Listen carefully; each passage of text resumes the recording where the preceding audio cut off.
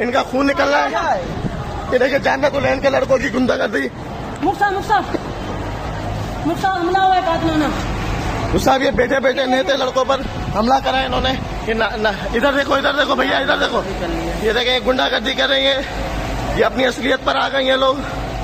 وہ دین کے طالب علم جو کہ اس کے پاس دین کا علم حاصل کرنے کے لیے دور دراز سے تشریف لائے ہوئے تھے، اس شخص نے محض اپنی خواہشات نفسانی کے تکمیل کے لیے ان کی اس قدر ذہن سازی کی کہ ان کو طالب علم سے طالبان بنا دیا. یہ جھوٹا پروپیگنڈا کر رہا تھا کہ جی ہم پہ حملہ ہو گیا، میرے جو اسٹوڈنٹس ہیں ان پر ظلم و ستم کیا جا رہا ہے، ان پر تشدد کیا جا رہا ہے. اگر واقعی تشدد ہو رہا تھا، تیری غیرت کہاں مر گئی تھی؟ تو نے اپنے اس اسٹوڈنٹ کا ساتھ کیوں نہ دیا؟ تجھے چاہیے تو یہ تھا، تو کہتا کہ سب سے پہلے مجھ پر حملہ کرو، میرے اسٹوڈنٹس کو ہاتھ نہیں لگانا. اس نے کنز الایمان کا نام تبدیل کیوں کیا؟ کیا وجہ تھی اس کی؟ کیا مجبوری تھی؟ جامعۃ العین اس نے نام اور غین کہاں سے رکھا ہے؟ کہاں سے یہ فکر رضا قدائی آ گیا ہے؟ یہ فکر رضا قدائی نہیں ہے، یہ خمینی کی فکر قدائی ہے. جی ہمارے استاد صاحب نے، ہمارے مفتی صاحب نے قبلہ امام جلالی زید شرف کے خلاف فتویٰ دیا تھا، تو انہوں نے یہ سارا کام کروایا ہے. ہم تجھ جیسے کو منہ میں نہیں لگانا چاہتے. حالت جنگ میں بھی سرکار نے وعدہ پورا کیا تھا، تو نے تو حالت جنگ دور کی بات ہے، تو نے تو جنگ کی حالت بنا دی ہے وعدہ توڑ کر. کہاں گیا وہ تیرا درس؟ ہم اہل ادب ہیں، ہم سادات کا ادب کرتے ہیں. کیا یہ سادات نہیں ہے معاذ اللہ؟ پیر سید محسن حسین شاہ بخاری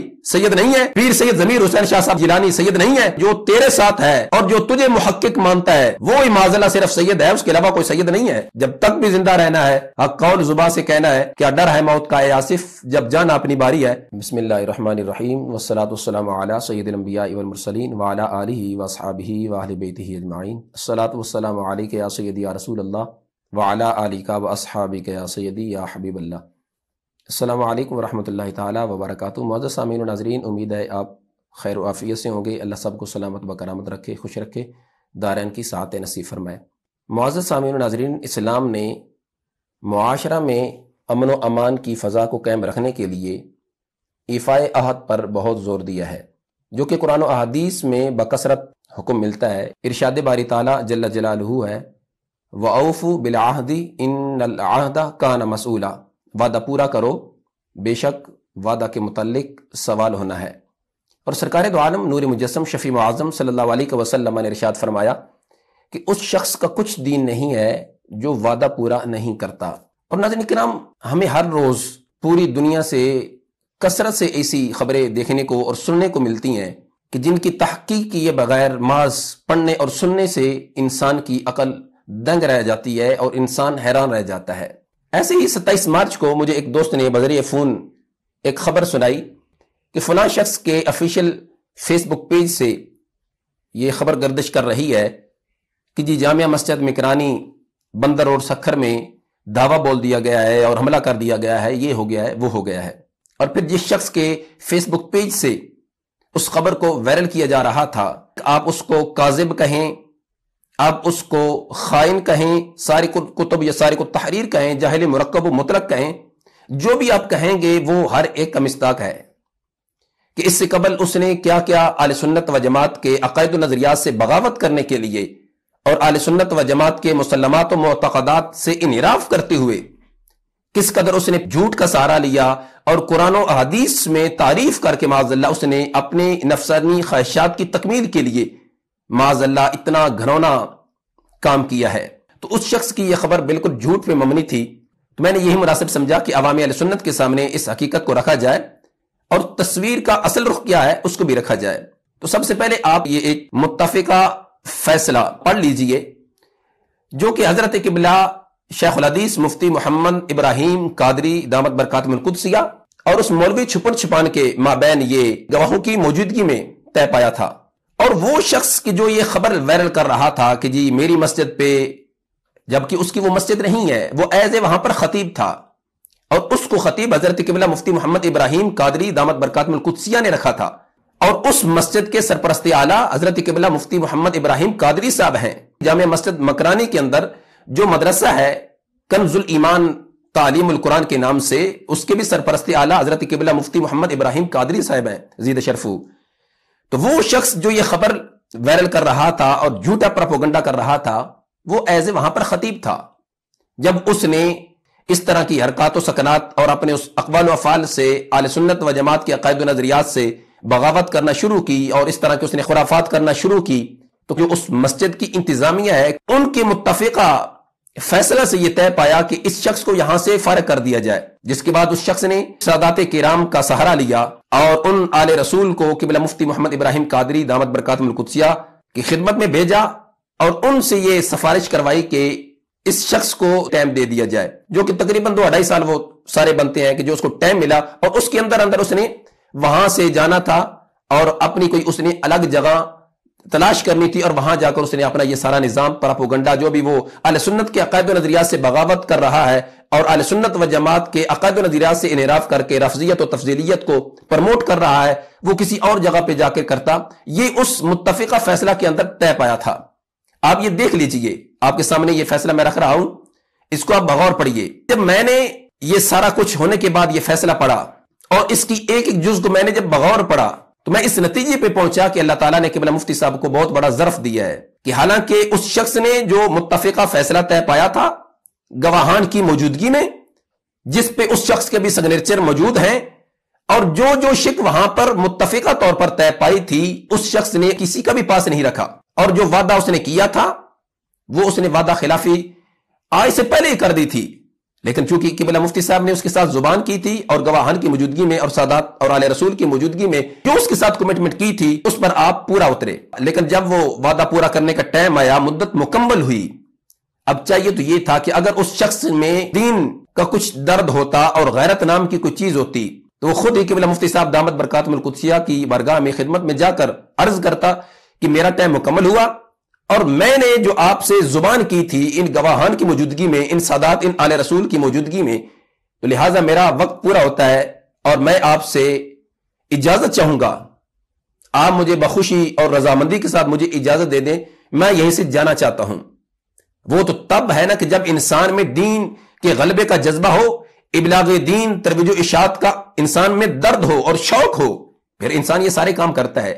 جب انسان اپنے نفسانی خواہشات کی تکمیل کے لیے یہ سب کچھ کر رہا ہو، محض اپنی ذاتیات، حسد، بغض کی بنیاد پر اس طرح کے پراپوگنڈے جھوٹے کر رہا ہو، تو اس وقت اس میں دین نہیں بلکہ ذاتیات ہوتی ہے، اس وقت اس کے اندر غلبہ اسلام کا جذبہ نہیں ہوتا بلکہ اپنی ذات کو پروموٹ کرنا اور پھر اس سے دنیاوی مفاد اور مال و زر حاصل کرنا اس کا مقصود ہوتا ہے۔ اب یہ جو متفقہ فیصلہ ہے اس کو آپ دیکھیں اور اس کی جو شکیاں ہیں وہ بغور پڑھیں، آپ خود ہی فیصلہ کر لیں گے کہ حضرت قبلہ مفتی صاحب دامت برکاتہم القدسیہ نے طے شدہ مدت کی تکمیل کے بعد اس جامعہ مسجد مکرانی میں جا کر ان گواہان کی موجودگی میں کہ جو اس شخص نے اپنی طرف سے گواہان پیش کیے تھے، جن کے اندر سادات بھی تھے، آل رسول بھی تھے، لیکن اس شخص نے اپنے ہی ان گواہوں کی عزت کا بھی لحاظ نہ رکھا۔ ایک طرف تو وہ آل رسول کے ادب کا اور تعظیم کا ہمیں درس دیتا ہے، لیکن دوسری طرف جب اس پر عمل کرنے کے لحاظ سے اپنی ذات کی باری آئی تو وہ شخص بالکل ہی ان سادات اور آل رسول سے معاذ اللہ اس نے کہا کہ میں ان سے ملاقات نہیں کروں گا، اور ان کی عزت کو تار تار اس نے کر دیا۔ نہ آل رسول کا ادب رہا اور نہ ہی تعظیم آل رسول کا کوئی پاس اس نے رکھا، حالانکہ قبلہ مفتی صاحب دامت برکاتہم القدسیہ وہاں اس سے بات کرنے کے لیے تشریف لے گئے تھے، لیکن وہ شخص اس قدر غرور، تکبر اور حسد کی آگ میں جل رہا تھا کہ اس نے نہ تو سادات کرام سے، آل رسول سے ملاقات کی اور نہ ہی قبلہ مفتی محمد ابراہیم قادری دامت برکاتہم القدسیہ سے ملاقات کی، اور پھر وہ تلامذہ، وہ دین کے طالب علم، وہ سرکار دو عالم صلی اللہ علیہ وسلم کے مہمان جو کہ اس کے پاس دین کا علم حاصل کرنے کے لیے دور دراز سے تشریف لائے ہوئے تھے، اس شخص نے محض اپنی خواہشات نفسانی کی تکمیل کے لیے ان کی اس قدر ذہن سازی کی کہ ان کو طالب علم سے طالبان بنا دیا، اور پھر وہاں پر جو اس نے جھوٹا پراپوگنڈا کیا کہ جی قبلہ مفتی صاحب نے جامعہ مسجد مکرانی پہ دعویٰ بول دیا ہے، حملہ کر دیا ہے، اور وہاں کے طلباء کو جامعہ سے، مسجد سے نکال دیا ہے، ان پر ظلم کر رہے ہیں، جبکہ اصل تصویر کا رخ کیا ہے آپ یہ دیکھ سکتے ہیں کہ قبلہ مفتی صاحب دامت برکاتہم القدسیہ کے ساتھ جو تلامذہ ان کے اپنے جامعہ غوثیہ رضویہ سے ساتھ تشریف لے کے گئے ہوئے تھے کہ اس شخص کے ان سٹوڈنٹس نے کہ جو زبان دراز بھی ہیں، ظاہر ہے کہ استاذ کی جو تربیت ہے وہ نظر آتی ہے، اس سے پہلے بھی میں 12 مرتبہ اس شخص کی اپنی تربیت اور اس کے جو سٹوڈنٹس ہیں ان کی تربیت آپ کے سامنے رکھ چکا ہوں۔ انہوں نے قبلہ مفتی صاحب کے سٹوڈنٹس اور تلامذہ پہ کتنا تشدد کیا، ظلم و ستم کیا، یہ آپ اپنی آنکھوں سے دیکھ سکتے ہیں۔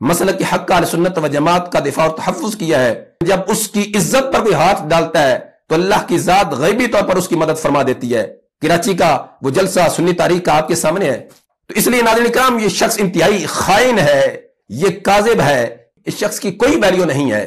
قبلہ مفتی محمد ابراہیم قادری دامت برکاتہم القدسیہ کو بھی یہ یقین دہانی کروانا چاہوں گا کہ آپ کا اہل سنت و جماعت کے اندر ایک کام اور نام ہے، اور جو آپ علماء کی ایک کھیپ تیار کر رہے ہیں، یقیناً وہ ایک آپ کا قابل تحسین عمل ہے۔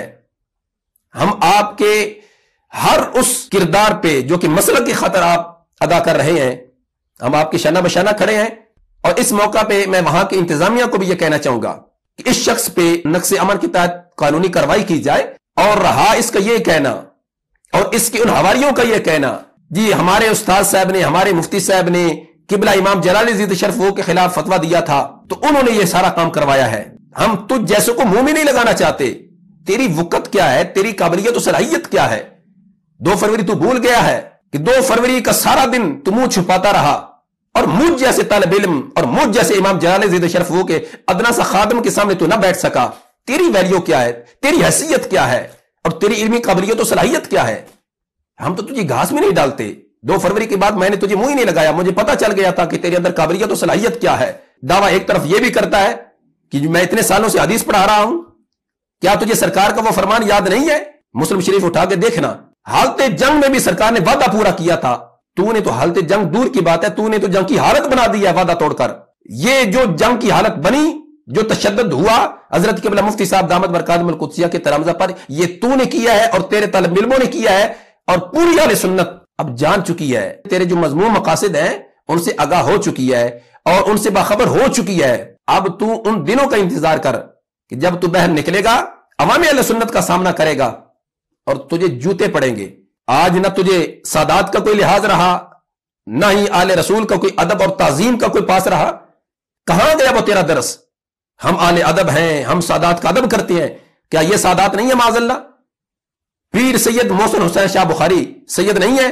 پیر سید ضمیر حسین شاہ صاحب جیلانی سید نہیں ہے؟ پھر ان کی بات کا تو نے پاس کیوں نہ رکھا؟ اس سے پتا چلا کہ جو تیرے ساتھ ہے اور جو تجھے محقق مانتا ہے وہ معاذ اللہ صرف سید ہے، اس کے علاوہ کوئی سید نہیں ہے۔ اس لیے اے عوام اہل سنت، تصویر کا اصل رخ آپ کے سامنے رکھنا میری ذمہ داری تھی، اور میں بارے دیگر اس شخص کو یہ کہنا چاہتا ہوں جو تو نے اہل سنت و جماعت کے عقائد و نظریات سے بغاوت کی ہے، انحراف کیا ہے اور کھلواڑ کیا ہے، اب وہ وقت آ گیا کہ تجھے اس کا خمیازہ بھگتنا ہوگا اور قیمت چکانا پڑے گی۔ اور پھر وہ تمہارے پیر سید عرفان شاہ صاحب کہ جنہوں نے تم دونوں مفتیوں کے کندھوں پر رکھ کر چلائی، ذرا گربان میں جا کر دیکھنا اور ٹھنڈے دماغ سے سوچنا، تنہائی میں بیٹھ کر اس سارے منظر کو، سینیریو کو سامنے لے کر کے آنا۔ وہ مفتی انا سبی 14 سال سے جس مسجد میں جمعہ پڑھا رہا تھا، وہاں کی انتظامیہ اور نمازیوں نے اس کو ریجیکٹ کر دیا ہے اور اس کا بستر گول کر دیا ہے، اور پیچھے تم بچے تھے، تمہارا بھی بستر گول ہو گیا ہے۔ ذرا گرمان میں جھانکنا، اپنا کردار دیکھنا کہ یہ سب کچھ کس وجہ سے ہو رہا ہے۔ یقیناً تمہارا اپنا کردار ہی سامنے نظر آئے گا کہ تمہارے اپنے اعمال و افعال اور اقوال کی وجہ سے یہ سب کچھ تمہارے ساتھ ہو رہا ہے۔ ابھی یہ ابتدا ہے، آگے کیا ہوتا ہے انشاءاللہ اس کی ہم انتظار میں ہیں۔ جس نے بھی مسلک رضا، مسلک اہل سنت و جماعت سے بغاوت کی ہے، اللہ اس کو ہدایت دے، اگر اس کی ہدایت نصیب نہیں ہے تو اللہ اس کو نیست و نابود فرمائے۔ جب تک بھی زندہ رہنا ہے، حق قول زبان سے کہنا ہے، کیا ڈر ہے موت کا اے آصف، جب جانا اپنی باری ہے، وما توفیقی الا باللہ۔